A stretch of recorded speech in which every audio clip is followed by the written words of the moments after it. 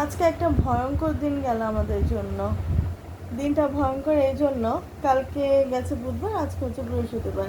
তো বুধবার দিন আমার মেয়েরও পরীক্ষা ছিল, জয়েরও পরীক্ষা ছিল। তো জয় যখন পরীক্ষা দিতে যায় তো তার আগের দিন মানে মঙ্গলবার রাতে বলছে যে ওর একটু জ্বর জ্বর জ্বর জ্বর ভাব। এবার এই সময় বৃষ্টি বৃষ্টির সময়, এই সময় তো কমন ব্যাপার, কিন্তু যেহেতু পরীক্ষা সেজন্য আগে থেকে ওকে ওষুধ ওষুধ খাওয়ানো হয়। পাপা দাঁড়াও, আস্তে কথা বললাম, কথা বলছি না। তারপরে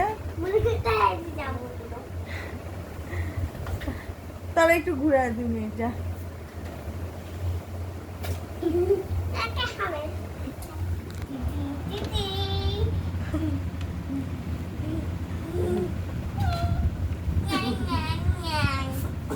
ইস ভগবান, কত রঙ্গ সঙ্গ।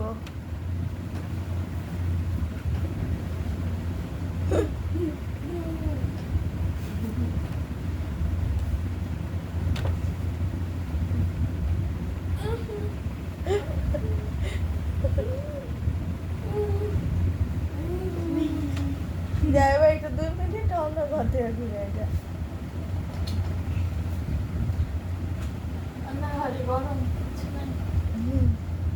একটু ঘুরে আমি কথা বলে নেই।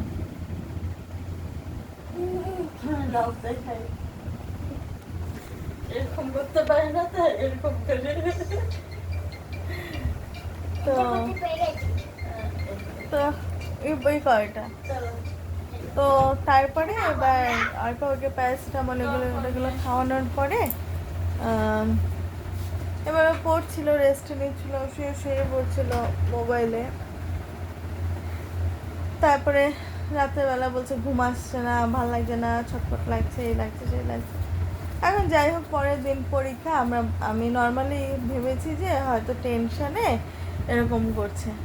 তো তারপরে তাও ওষুধ খাওয়ানোর পরে বলছে তুই রেস্ট নে, তারপর যেটা যেটা খেলে ভাল লাগতে পারে সেরকম জিনিসগুলো খাওয়ানো হয়েছে, যেমন ডিম সেদ্ধ, তারপরে মাংস দিয়ে ভাত। তো মানে যাতে ওর একটু ভালো লাগে খেতে। তারপর কি হয়, বুধবার দিন সকালবেলা আমি মেয়েকে নিয়ে যখন স্কুলে যাই তার আগে ও উঠেছে ঘুম থেকে। ওঠার পরে এবার জয় বলছে আমার ভালো লাগছে না, খুব জ্বর জ্বর লাগতেছে, গায়ে হাত দিয়ে দেয়। তারপর আমি গায়ে হাত দিয়ে দেখি যে সত্যি ওর গায়ে অনেক জ্বর। তারপরে আমি না 5টার সময় ও ওঠে, বলছে দেখ বন্ধু আমার অনেক জ্বর আসছে, আমার গায়ে একটু হাত দিয়ে দেয়। তবে আমি গায়ে হাত দিয়েছি, আমি দেখলাম যে সত্যিই জ্বর। বলে তাহলে কী করবো এখন, প্যারাসিটামল খাবো? আমি বলছি হ্যাঁ যা খায়। আমি বলছি খালি পেটে খাবি? তারপরেও একটু বিস্কুট টিস্কুট খেয়ে কষ্ট কষ্ট করে একা একা গিয়ে খেয়ে এসছে। তারপরে 8টা 8:30 বেজে যায়, ও 9:30টার সময় বেরোবে, 11টা থেকে পরীক্ষা। তো অনেক কষ্ট করে উঠে বেচারা হেঁটে হেঁটে আমি আবার একটা ওষুধ দিয়ে দিয়েছি, আর ডিম সেদ্ধ করেছিলাম, ডিম সেদ্ধর মধ্যে একটা ডিম খেতে পেরেছে, আর খেতে পারেনি, ভাল লাগছে না খেতে। তারপরে আমি বলছি যে সারাদিন না খেয়ে থাকবি, রুটি করি, রুটি খা। বলছে না রুটি খাবে না। তাই বলছি তাহলে কী খাবি, ডিম সেদ্ধ খা। বলে তার ডিম সেদ্ধ কর, যদি একটু গরম গরম লাগে একটু ভাল লাগে। আমি সাথে তারপর ডিম সেদ্ধ করে দিয়েছি, ও সেটাও ভালো মতো খায়নি, পরে গেছে পরীক্ষা দিতে। এবার আমি ভেবেছি 2টো প্যারাসিটামল একটা খেয়েছে, একটা নিয়ে গেছে, ঠিক আছে তারপর ঠিক হয়ে যাবে হয়তো। পরে পরীক্ষার পরে ফোন করেছে, ফোন করে বলছে আমি কলেজ থেকে এখনই আসতে পারবো না, আমার অনেক শরীরটা খারাপ লাগছে। পাশে আর ফ্রেন্ড মেবি পিজি থাকে, আর নয়তো ফ্ল্যাটটা ভাড়া নিয়ে থাকে, আমি ঠিক শিওর না। তো ওই ছেলেটার ফ্ল্যাটে ও ছিল, মানে ফ্রেন্ডের ফ্ল্যাটে। পরে বলছে আমাকে একটু দিয়ে আসবি বাড়িতে। আমি বললাম যে চলে আয় বাড়িতে, আস্তে আস্তে কষ্ট করে এসে তারপরে বাড়িতে ঘুমা, ভাল লাগবে। পরে ওর আরেকটা বন্ধু আরেকটাকে বাড়িতে নিয়ে আসে, ও একা আসতে পারেনি জয়। তারপরে জ্বর জ্বর জ্বর, এবার 9টা 9:30টার সময় তো কোনো ডাক্তার বসে না। তারপর নিয়ে গেছি মিউনিসিপ্যালিটি এমার্জেন্সিতে, সেখানে গিয়ে ওষুধ দিয়েছে দুটো ওষুধ দিয়েছে, দুটোই অনেক পাওয়ারের ওষুধ। তো খাওয়ার পরে ও ভালো ফিল করেছে। আসার পরে বাড়িতে তারপরে খিচুড়ি করেছিলাম যাতে ও খেতে পারে। তারপর খিচুড়ি খাওয়া দাওয়ার পরে আমরা ঘুমিয়ে পড়েছি 12:30 সময়, তাড়াতাড়ি, যেহেতু সবাই সকালে উঠেছে সেই জন্য। তারপরে ভোর 4টা থেকে শুরু হয়েছে কাঁপুনি। জয় এমনভাবে কাঁপছিল, দেখলে ভীষণ ভয় লাগবে, মানে এত। এবার আমি কি করবো, আমি হট ব্যাগ গরম করে এনে দিয়েছি, দুটো কম্বল গায়ে দিয়েছি, এসি ফ্যান সব বন্ধ। তবে মানে ওর কাঁপুনি বন্ধ হয়নি, এত বড় ছেলে, মানে এরকম অবস্থা মনে হয় আমি কোনোদিনও দেখিনি।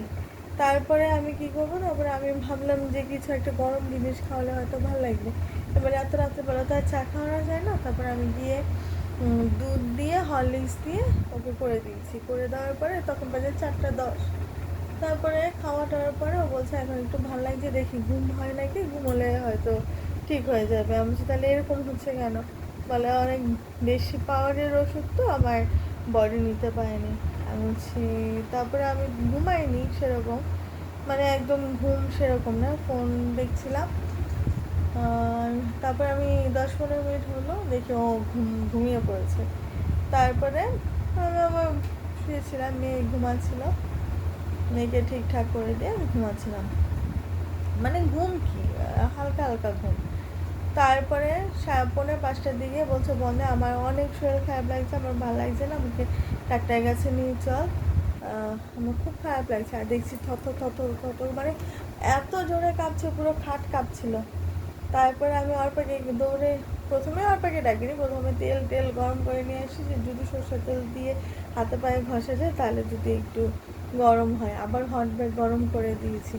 পরে আমি দেখছি যে না, ব্যাপারটা খুব খারাপ হয়ে যাচ্ছে। 1-1.5 ঘন্টা ধরে কন্টিনিউয়াসলি মানুষ, মানে একবার হলো, তারপরে একবারে যে কমে গেছিলো ঘুমের পরে সেটাও না, দুটো কম্বল গায়ে দেওয়াতে একটু হয়তো গরম টরম হয়তো ফিল হয়েছে, আর ওই হরলিক্স খাওয়াতে ততক্ষণে একটু কাঁপুনিটা থেমে গেছিলো। পরে আবার হয়েছে। এবার আমি বলছি না, লক্ষণ তো ভালো না, বাবা নেই বাড়িতে, মা নেই, কেউ নেই আমরা বাড়িতে, কী করবো? পরে আমি শঙ্করকে ফোন করি যে জয়কে এমার্জেন্সিতে নিয়ে যেতে হবে। ও 10 মিনিটের মধ্যে চলে আসে। আসার পরে অর্পা, শঙ্খ আর জয় ডাক্তারের কাছে গেছে। ডাক্তার তো ওকে দেখেই ভর্তি নেবে, তখন বাজে 5:10 হবে। ডাক্তার তোকে দেখেই ভর্তি নেবে। এবার অনেক টেস্ট করতে দিয়েছে, ব্লাড টেস্ট, ডেঙ্গু, টাইফয়েড আর কি যেন অনেক কিছু টেস্ট করতে দিয়েছে। তো টেস্ট করার পরে আর দিয়েছে ওষুধ, আর বলছে যে 3 দিনের জন্য ভর্তি করাতে। এখন আমরা ভর্তি করাইনি, আমাকে ফোন করেছিল আর যে ভর্তি করাতে বলে কী করবো। না, বলছি এখন বাড়িতে নিয়ে আয়, তারপর এটা পরে দেখছি কী করা যায়। পরে অল্প বাড়িতে অল্প শঙ্খ বন্ড পেপারে সাইন করে নিয়ে চলে এসছে। তারপরে বাড়িতে আসার পরে এবার সাথে সাথে ওকে যে ওষুধগুলি সেগুলো খাওয়ানো হয়েছে, অ্যান্টিবায়োটিক টাইপ এইগুলো, আর ডাক্তার যেভাবে ইনস্ট্রাকশন দিয়েছে সেগুলো ফলো করা হচ্ছে। হওয়ার পরে 8টা, 8:30টার দিকে ব্লাড নিয়ে গেল, আর যেভাবে বলছে সেভাবে করার পরে এবার জ্বরটার সাথে সাথে নেমে গিয়ে এত ঘাম হচ্ছে। এবার ও ঘামে, মানে ঘেমে বিরক্ত হয়ে গেছে, এত ঘাম। তবে যাই হোক হলো। হওয়ার পরে এখনও জ্বর আছে, প্রচণ্ড জ্বর, একটু পরপরই জ্বর। আর জ্বরটা এমন জ্বর হচ্ছে যে গায়ে হাতে পায়ে হাত দিলে বোঝা যায় না যে জ্বর, কিন্তু ভিতর থেকে বোঝা যায় যে ভিতরে জ্বর।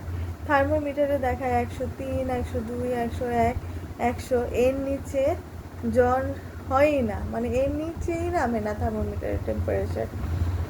তারপর চলছে। এবার এখন বাজে প্রায় 1টা-1:30, আজকে আমি বৃহস্পতিবার রাত 1টা-1:30টার কথা বলছি, মানে প্রায় শুক্রবার হয়ে গেছে। তো আজকের দিনটা একটা স্পেশাল দিন ছিল।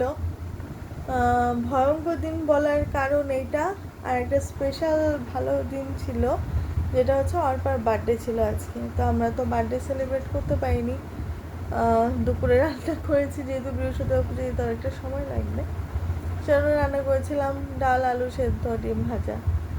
তারপর দেখলাম যে না, ওর মনটা একটু খারাপ, বাড়িতে কেউ নেই, তারপরে ওর বার্থডেটাও সেভাবে হলো না। তারপরে তানিয়া এসছিল, তানিয়া একটা কেক নিয়ে আসলো, কেক টেক কাটা টাটা হলো।